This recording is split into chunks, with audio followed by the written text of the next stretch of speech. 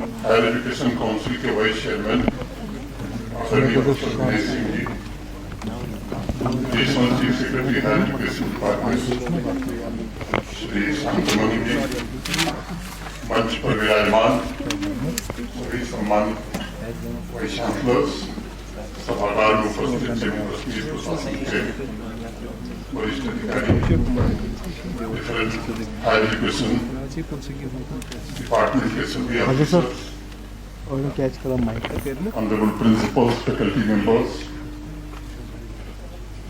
और विद्यार्थी मित्रों, मैं हायर एजुकेशन डिपार्टमेंट को, एसीएस हायर एजुकेशन और उनकी पूरी टीम को बधाई देता हूँ। मुझे लगता है वर्ष भर में ये पहला बड़ा कार्यक्रम है एनईपी को लेकर।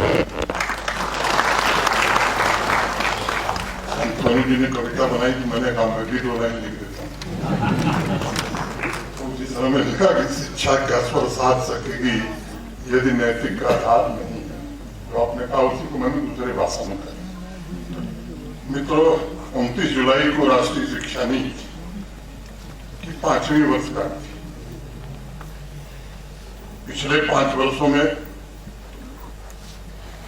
नेशनल एजुकेशन पॉलिसी ने स्कूल तथा हायर एजुकेशन के परिदृश्य में काफी कुछ बदलाव किया है और अब जरूरत है कि हमें विचार करना चाहिए जहां तक हमें पहुंचना चाहिए था हम पहुंच पाए या नहीं पहुंच पाए। डॉक्टर दिनेश सिंह जी ने उसका संकेत मुझे लगता है अपने उद्बोधन में दिया है। स्वाभाविक रूप से जो कुछ हमें हासिल करना था, कैसे हॉलिस्टिक और inclusive future ready education system हम जम्मू कश्मीर में बना सके।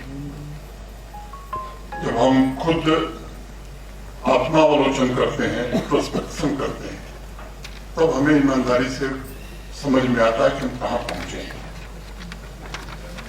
इन वर्षों के परिवर्तन का अगर तुलनात्मक अध्ययन हम करें तो निश्चित रूप से ये तो हमें समझ में आएगा कि नेशनल एजुकेशन पॉलिसी के इम्प्लीमेंटेशन के कारण जो परिवर्तन स्कूल एजुकेशन में और हायर एजुकेशन में हुए पहले शायद ये नहीं हो रहे थे, लेकिन ये भी हमें समझ में आएगा कि वास्तव में जो परिवर्तन हम करना चाहते थे हम उसका ईमानदारी से मूल्यांकन करें, वो हम कर पाए या नहीं कर पाए। और इसलिए अगर कोई भी विचार करेगा तो 21वीं सदी की सबसे बड़ी शिक्षा क्रांति नीति हो सकती है, क्योंकि पहली बार एक ऐसी एजुकेशन पॉलिसी हमें मिली है जिसे हम इम्प्लीमेंट कर सकते हैं, जो एजुकेशन सेक्टर को देश के एस्पिरेशन के साथ अलाइन करने में सहयोग कर सकते हैं। मैं डॉक्टर कस्तूरी रंगन साहब की पुण्य स्मृति को प्रणाम करता हूँ। एक बार संवाद के दौरान उन्होंने मुझे बताया कि राष्ट्रीय शिक्षा नीति को बनाने में लगभग 5 वर्ष से ज्यादा समय लगा। लाखों स्टेक होल्डर्स के सुझावों का निचोड़ लेकर के ये डॉक्यूमेंट तैयार हुआ था और इसलिए ये पहली ऐसी शिक्षा नीति है जिसमें साझा राष्ट्रीय दृष्टिकोण भी परिलक्षित होता है और जिसे हम गर्व से कह सकते हैं कि यह व्यक्तिगत विकास और राष्ट्रीय विकास की आधारशिला भी हो सकता है। मैं ये बात जरूर कह सकता हूं कि विकसित भारत की यात्रा में राष्ट्रीय शिक्षा नीति भारत के ट्रांसफॉर्मेशन का सबसे महत्वपूर्ण ड्राइवर हो सकता है। एक ऐसे एजुकेशन सेक्टर को काफी हद तक डेवलप करने में सफल हो सकता है जो न केवल नॉलेज प्रदान करे बल्कि अमृत पीढ़ी के चरित्र निर्माण के साथ साथ हमारे बच्चों के संस्कार, संवैधानिक मूल्यों को भी स्थापित कर सकता है।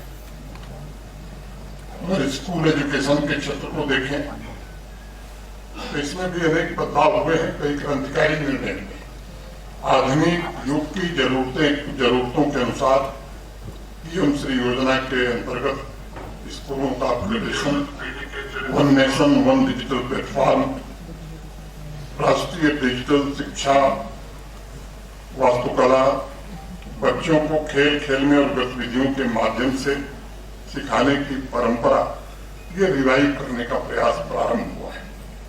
इसके अलावा कम से कम क्लास 5 तक के छात्रों को मातृभाषा और क्षेत्रीय भाषा, मदर टंग और रीजनल लैंग्वेजेज में शिक्षा देने का प्रोत्साहन मिले, ये कोशिश हो रही है। समान और समावेशी शिक्षा पर बल दिया गया है और बच्चों में कैसे साइंटिफिक टेम्पर विकसित कर सकते हैं, इसके लिए भी काफी प्रयत्न, चाहे वाटर टिंकरिंग लैब हो, स्किल बेस्ड एजुकेशन के इम्प्लीमेंटेशन हो। मुझे लगता है कि एक उज्ज्वल भारत की मजबूत नींव रखने का प्रयत्न हो रहा है। हायर एजुकेशन में अभी चर्चा हुई, डायरेक्टर हायर एजुकेशन ने प्रेजेंटेशन में भी कहा कि डिजाइन योर ओन डिग्री का जो कार्यक्रम जम्मू कश्मीर के कई विश्वविद्यालयों ने प्रारंभ किया है, उसकी चर्चा पूरे देश में है।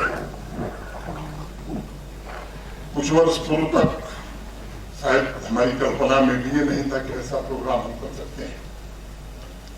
कोई स्टूडेंट तो सोच भी नहीं सकता था कि वह स्वयं अपना करिकुलम तय कर पाएगा, स्पेशलाइजेशन, माइनर्स, मेजर सब्जेक्ट्स, अपने स्किल और इंटरेस्ट अपनी रुचि के अनुसार वो सेलेक्ट कर पाएगा। ये शायद यहाँ का स्टूडेंट या देश का स्टूडेंट तो पहले नहीं सोचता।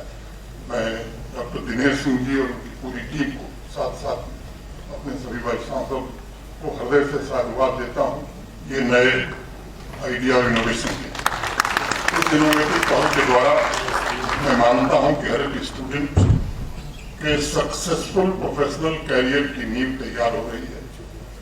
एप्लीकेटिव learning, skill enhancement, multi disciplinary studies को प्रमोट करने का प्रयत्न हो रहा है तथा साथ ही साथ हमारे यूथ के लिए एक ऐसा वातावरण, एनवायरनमेंट तैयार हुआ है जो बदलते परिवेश के मुताबिक ग्लोबल, इकोनॉमिक, सोशल, कल्चरल तथा टेक्निकल इशू पर निरंतर उनका मार्गदर्शन कर सकेंगे।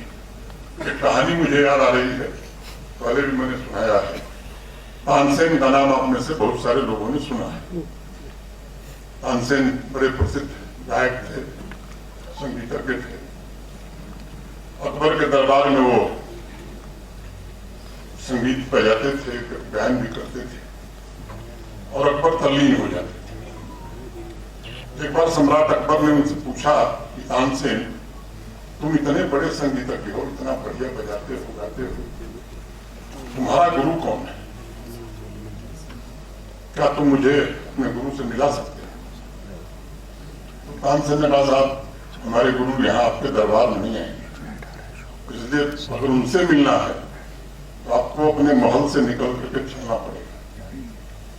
तय हुआ और तानसेन और सम्राट अकबर रात के अंधेरे में दोनों गए नदी के किनारे। तानसेन के जो गुरु थे पंडित हरिप्रसाद, अंधेरी रात में तल्लीन थे, अपने संगीत में रमे हुए थे।